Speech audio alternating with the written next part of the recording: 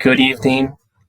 I'd like to thank the organizers for inviting me to participate. My name is Martín Barrera, and I'm from Austin, Texas. And it is a pleasure to be chosen as an iconic project in the area of green spaces in the urban environment. Today, I will show a project that is near and dear to my heart. But before I start with that, I want to say that I have visited Querétaro many times. It is a city that is near and dear to my heart. My wife's family is from Querétaro, and I have dear family members there. And on a personal note, I was married in the state of Querétaro, and so it brings me great honor and joy to present the Colony Park Sustainable Community. So I'll start my slide. My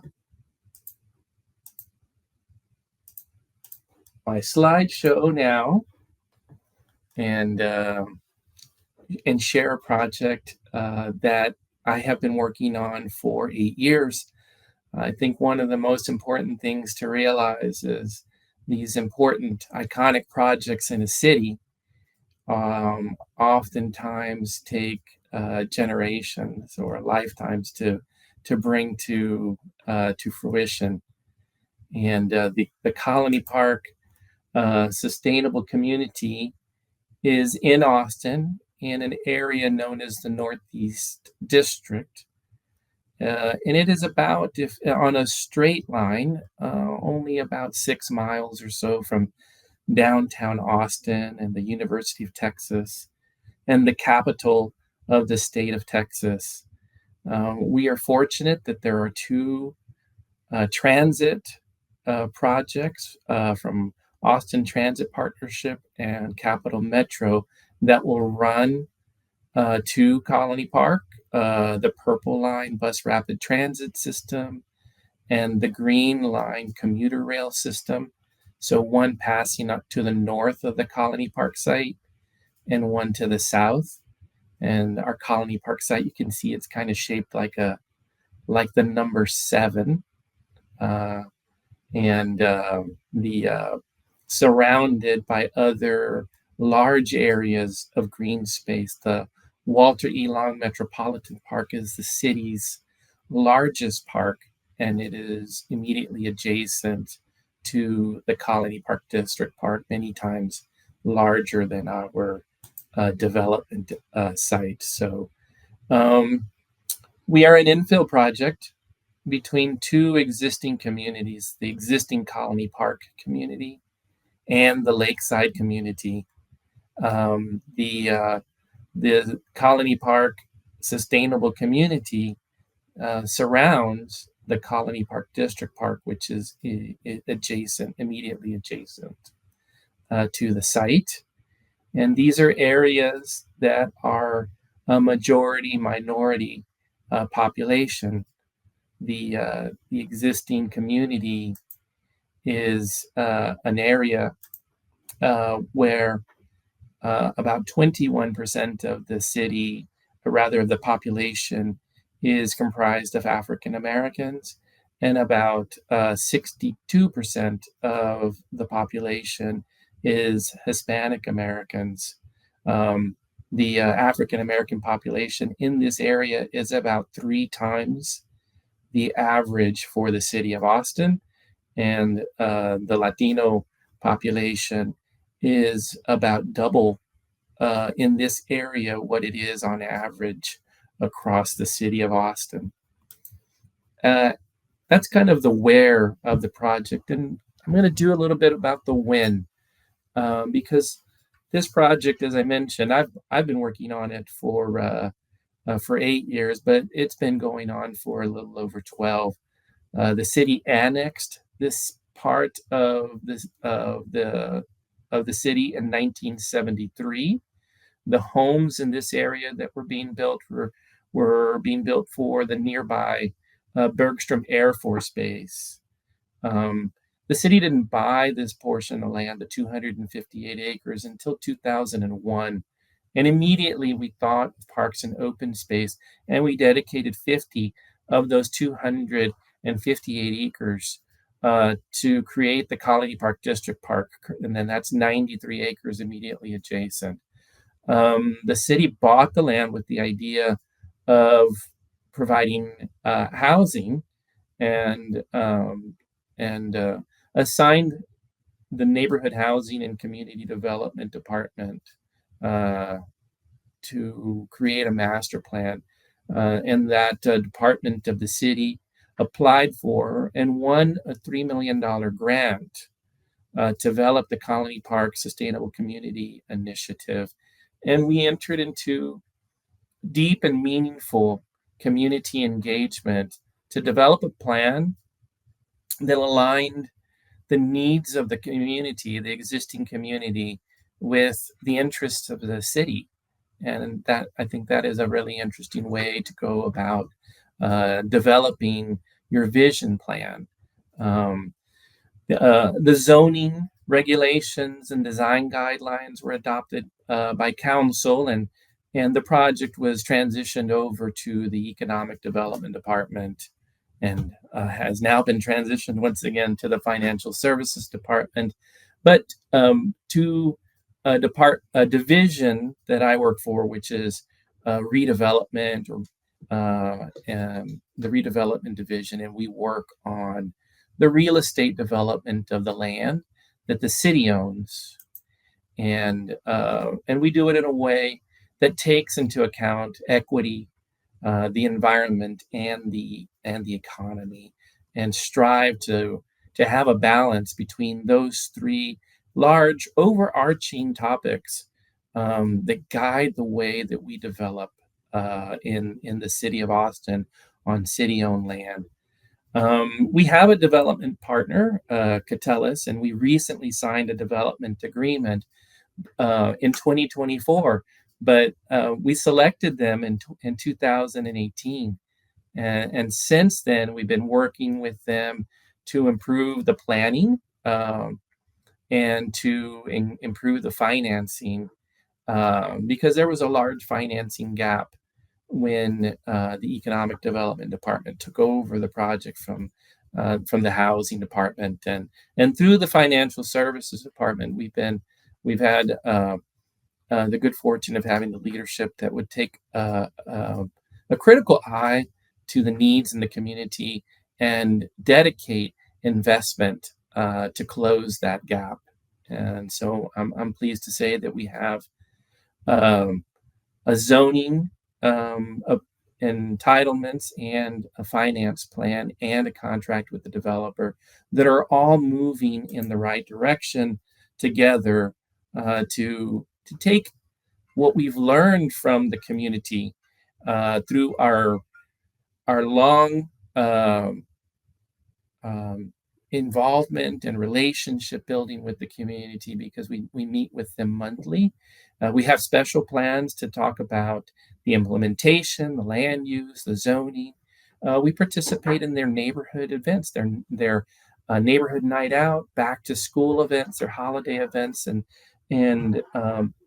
the this relationship building allows us to build even more closely with the community stakeholders. And some of it happens online, but much of it happens in person. But certainly during the pandemic, we needed to move to digital uh, platforms, and but we have reconnected in person since coming out of the pandemic. The community members and the stakeholders identified 8 community pillars of need. These are the 8 large topics that are missing from their community, the resources that are missing in their community: access to healthcare, uh, an improvement in education, economic vitality, government resources, affordable workforce housing, open space and parks, connectivity and safety, and food access. And we're going to focus today on the open space and parks, but as the last presenter presented about the importance of being a city within a park. I think this is really that was a wonderful segue, I think, into the way that we're developing this new part of the city, and I applaud um, Mr. Stokes for his comment on that. I think I'm going to use that in the future in my presentation. So, um, what we took from the applying the land planning from the community input on the 208 acres, um, it was very important for us to understand the economics as well as the equity and the environment, and that we would be creating 1,200 permanent jobs through this development. And throughout the development, 2,900 new construction jobs related to the parks and open space. 41.6 acres of the 200 acres is dedicated to additional parks and open space. So this is in addition to the 93-acre Colony Park District Park that's adjacent to our development.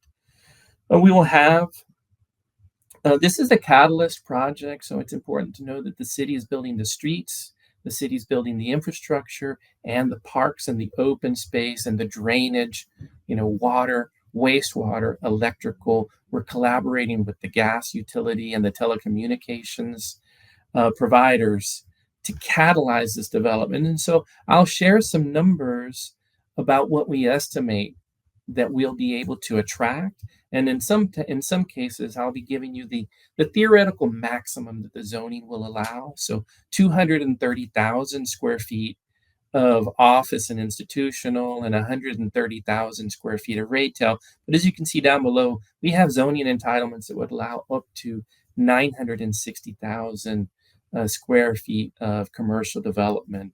And similarly with the homes, we have a range of development. We anticipate currently that will likely attract right around 1,900 homes, but we have entitlements, and the land can support up to 3,000 new homes, and this would be both in single family residential, attached residential, like row homes and townhomes, fourplexes, sixplexes, etc., and then also in multifamily development. 20% of all the housing that we develop is dedicated for affordable workforce housing. That is, you can only qualify if you meet a certain income level. So for a family who is renting a home in the Colony Park Sustainable Community, a home or an apartment, they must have 60% of or less of the median family income.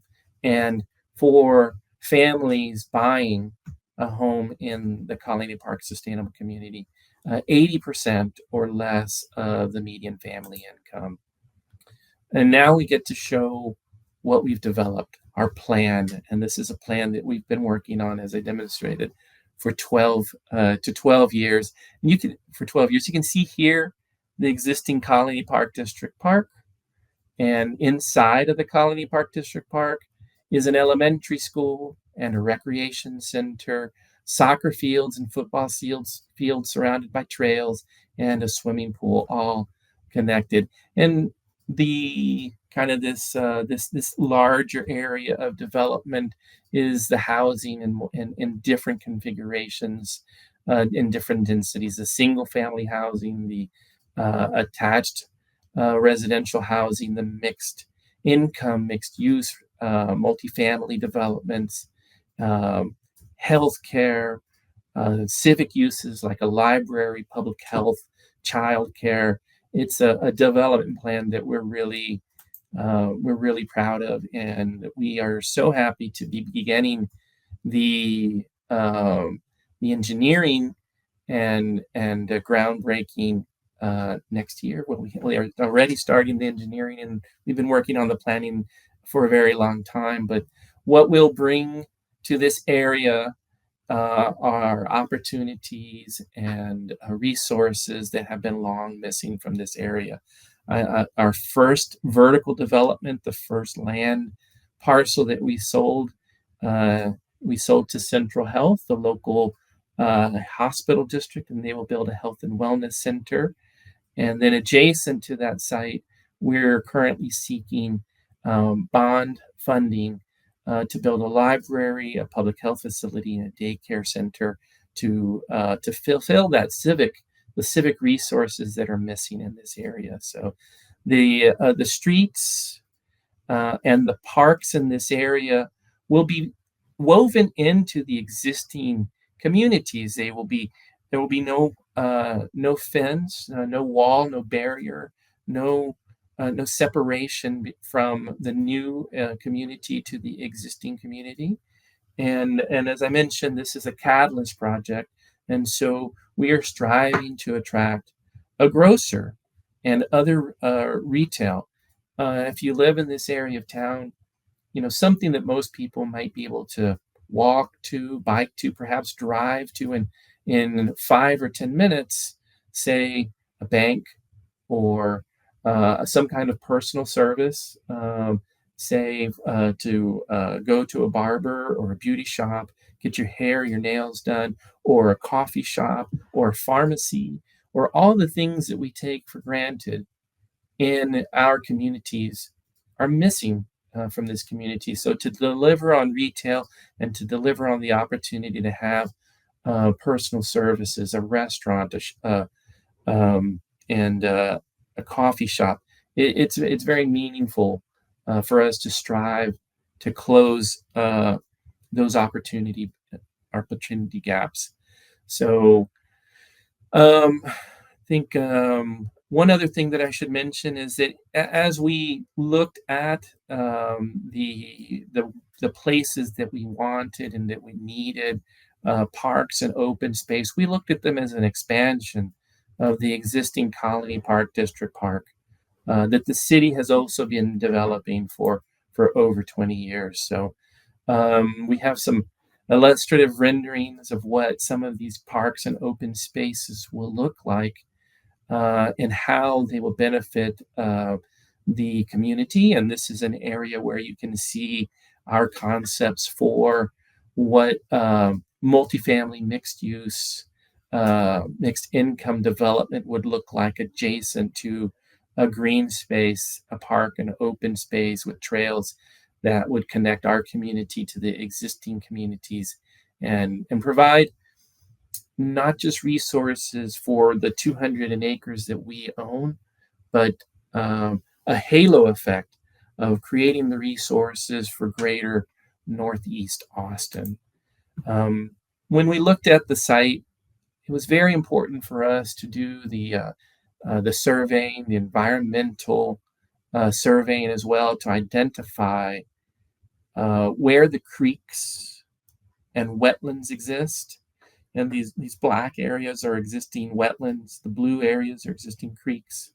The protected areas as well, these are areas where the slope is too great to develop on, and they should be protected. And so before planning anything, it was important for us to have an environmental inventory to know the ways that we were going to work within the constraints of the critical environmental features and the buffers that we would create to protect those areas. And then also look at the development and our opportunities to create pocket parks for the community these would be higher manicured areas of recreation and play for the families here, where these other areas would be open space, more naturally protected, enhanced, and protected spaces. And that's what informed our parks and our open space plan as we developed the overall plan to develop this community within the concept of the parks that are adjacent to it. As we look in more detail at how these parks, this is a key plan. It's probably behind my photograph, so you can't see the key plan. Apologies on that. But these are the perimeter parks on the west side of the community, and the perimeter parks on the north side of the community, and the perimeter parks on the east side of the community, each with a perimeter trail and trails connecting to the communities that would allow pedestrian and cycling opportunities and connections between the phases of our development. Each one has a pond that absorbs the storm and the flood water from the adjacent um, development, community gardens, sculptures and artwork, and overlooks in some areas to see uh, the views of the community and beyond.